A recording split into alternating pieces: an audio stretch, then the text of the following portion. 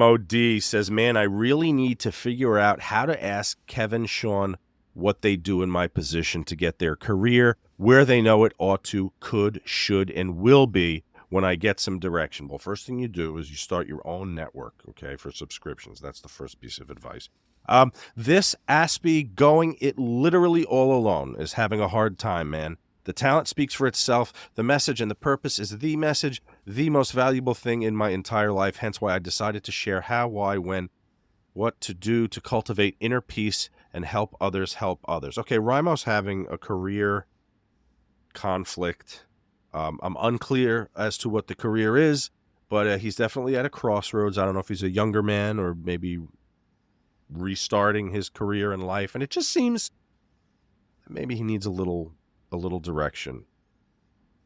Kev? We'd have to know the specifics. Right. You know, I mean, Well, Rimo, you took the time to write all that, so I will. Oh no, it goes on. I'm sorry. There's 3 paragraphs. I stopped after the first paragraph. I'm at a standstill with no sphere of influence or supporters, close friends. They have literally all died, including my only sibling, right in front of me in my mom's arms. No joke. I want it. I've got the talent, passion, and heart, just lack the business acumen to make waves, and that is apparently all you need. The others are less important. Somehow I'm lost, seeking advice. Okay, didn't really clarify what he wants to do. Yeah, we still don't know. I mean, is he, you know, is he, it seemed to me like he had like some, almost like he was a guru type cat. Like he was. He did say help others, which Right. is interesting. I thought maybe it was an inner peace thing or something like that.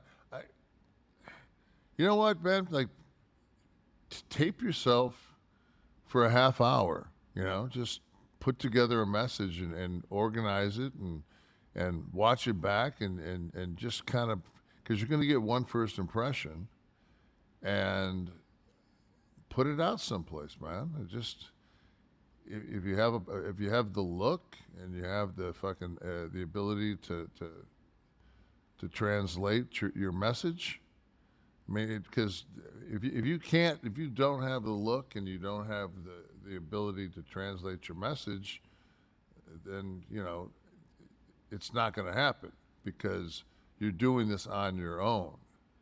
So He did mention the word talent in there, so I'm guessing it is a somewhat of a creative venture. And Rimo, there's no secret. It's the hardest business to succeed in. When you are the product, you're not going to an office and you're not churning through paperwork for somebody else. You are the product, and it's hard to cut through the noise. The only thing I would say in my years of owning companies and doing things in the entertainment sphere is just find something that you can authentically master.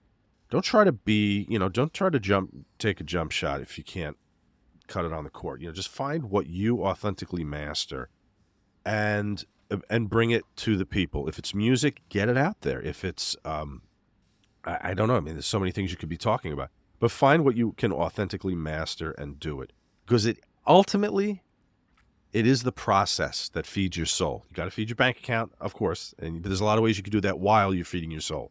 But feed your soul with your art and do it authentically. my son was a talented musician, and he had a father that had that knew a lot of people.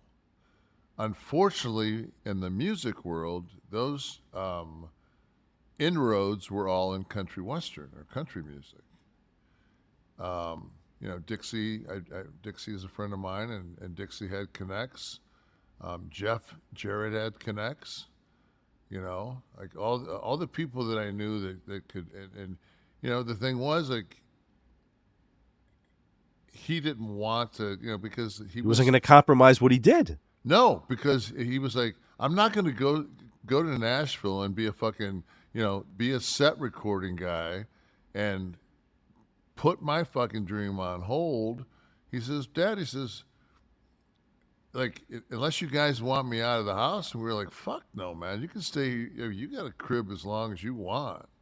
Like, he had his own master suite. He had fucking a fridge in there. Like, we didn't want him going anywhere. And I think that was one of the beauties of this whole thing was, even though we only had him for 26 years, we had him for 26 years. You know, a lot of people, like, you know, their kids, like I left when I was 17. If I'd have passed at 26, my mom wouldn't have saw me fucking, I would have saw, I would have had to have, Tristan would have had to have been like 60 for me to have seen, you know, for my mom to have seen what I saw of my son.